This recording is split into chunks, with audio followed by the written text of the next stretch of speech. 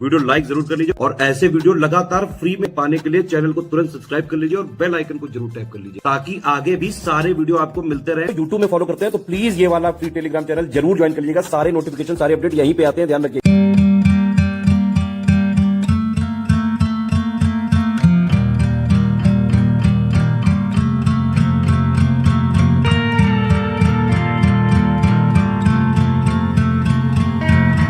Hello everyone, welcome to study for civil services. इस video series में हम UPPCS mains के मोस्ट इंपॉर्टेंट क्वेश्चंस को कर रहे हैं और ये बाइलिंगुअल सीरीज़ है। अगर आप हिंदी मीडियम के हों या इंग्लिश मीडियम के, दोनों लोग ही इससे बेनिफिट ले सकते हैं।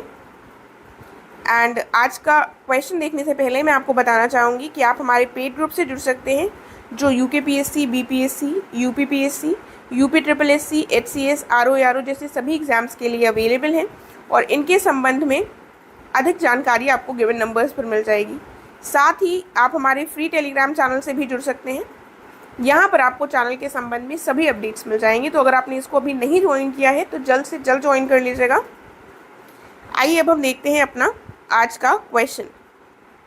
क्वेश्चन है, describe the role and structure of international criminal court.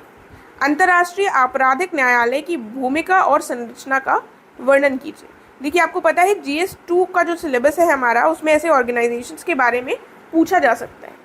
ठीक है, तो एक बार ऐसा पूछा भी गया है 2018 के एग्ज़ाम में और कोई ना कोई ऑर्गेनाइजेशन हर बार पूछा जाता है। इसीलिए हमें थोड़ा ध्यान देना होगा कि सभी को जो भी इम्पोर्टेंट हो, न्यूज़ में हो, उनको हम ध्यान से देखते हुए चलें, राइट, ताकि हमारा कोई भी पॉइंट मिस ना हो एग्ज़ाम पॉइंट ऑफ व्यू से।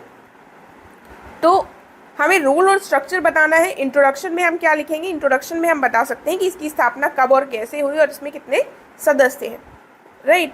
तो पढ़ लेते हैं एक बार। अंतर्राष्ट्रीय आपराधिक न्यायालय ICC ये एक अंतर सरकारी संगठन और अंतर्राष्ट्रीय न्यायाधिकरण है और इसका हेडक्वार्टर कहाँ पर है? द हेग, नीदरलैंड में ये स्थित है। ठीक है, ये व्यक्तियों पर मुकदमा चलाने का अधिकार क्षेत्र रखने वाला पहला और एकमात्र स्थायी अंतर्राष्ट्रीय न्यायालय है।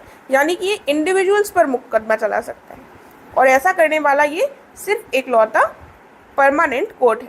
ठीक है, इसका गठन 1998 के 1998 के अंतर्राष्ट्रीय आपराधिक न्यायालय के रोम कानून के तहत किया गया था। ठीक है, रोम स्टैट्यूट के द्वारा किया गया था और 2002 में इसने कार्य करना शुरू किया था और इसमें फ़िलहाल कितने सदस्य हैं? 123 सदस्य हैं।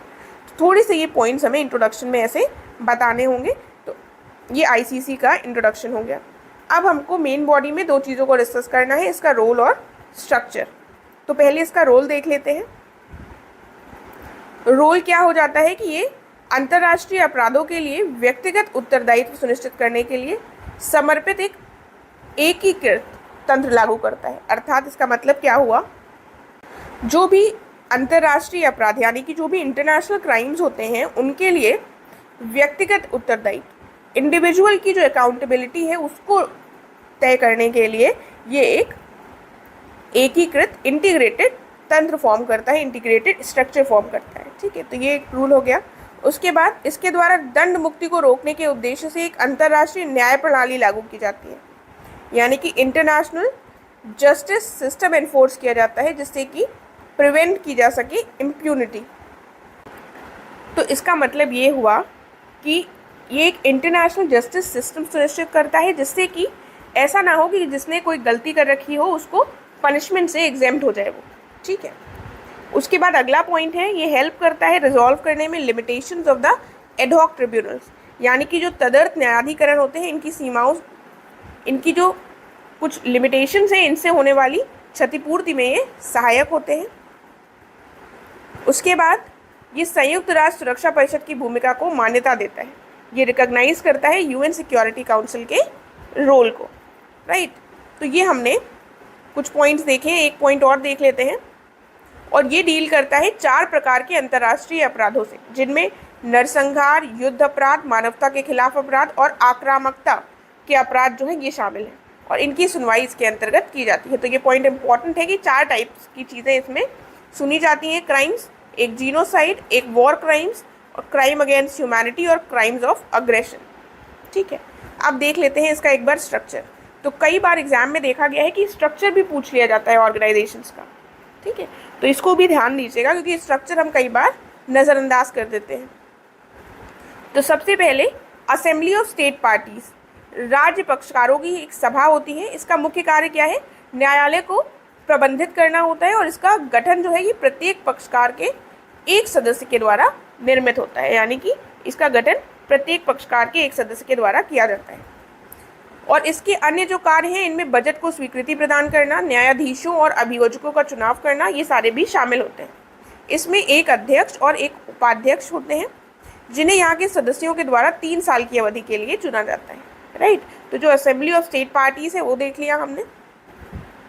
उसके बाद जो ये आईसीसी है इसके 4 अंग होते हैं जिनमें अध्यक्षता और न्यायपालिका प्रभाग, अभियोजक का कार्यालय और रजिस्ट्री शामिल होते हैं, यानी कि presidency, judiciary division, office of the prosecutor और रजिस्ट्री, ये सारे शामिल होते हैं इसके 4 ऑर्गन्स में।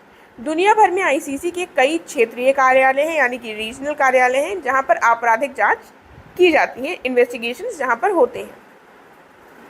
उसके बाद रेड क्रॉस की अंतर्राष्ट्रीय समिति के द्वारा उस हिरासत केंद्र की देखरेख की जाती है जहां पर गिरफ्तार किए गए लोगों को हिरासत में रखा जाता है। तो जो रेड क्रॉस की international committee of the red cross है इसके द्वारा डिटेंशन सेंटर्स को देखभाल की जाती है, ठीक है।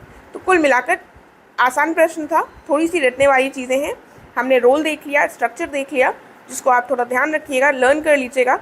उसके बाद हम यहाँ पर कंक्लूजन कैसे लिख सकते हैं कि आईसीसी को अपना महत्व कायम रखने हेतु स्वयं में सुधार के लिए राजनीतिक हितों को दरकिनार कर निष्पक्षता और न्याय पर ध्यान देना चाहिए। तो कुल मिलाकर इसको बिना किसी भेदभाव के एक और सभी पॉलिटिकल इंटरेस्ट को अलग कर अपनी जो जस्टिस सिस्टम है उसकी लेजिटिमेसी को बनाए रखना चाहिए। इस तरह से हम यहाँ पर इसका जो कंक्लूजन है वो लिख सकते हैं, राइट। तो ये हमारा कंप्लीट हो गया इस आंसर का डिस्कशन। अब हम नेक्स्ट वीडियो में मिलेंगे। Thank you so much.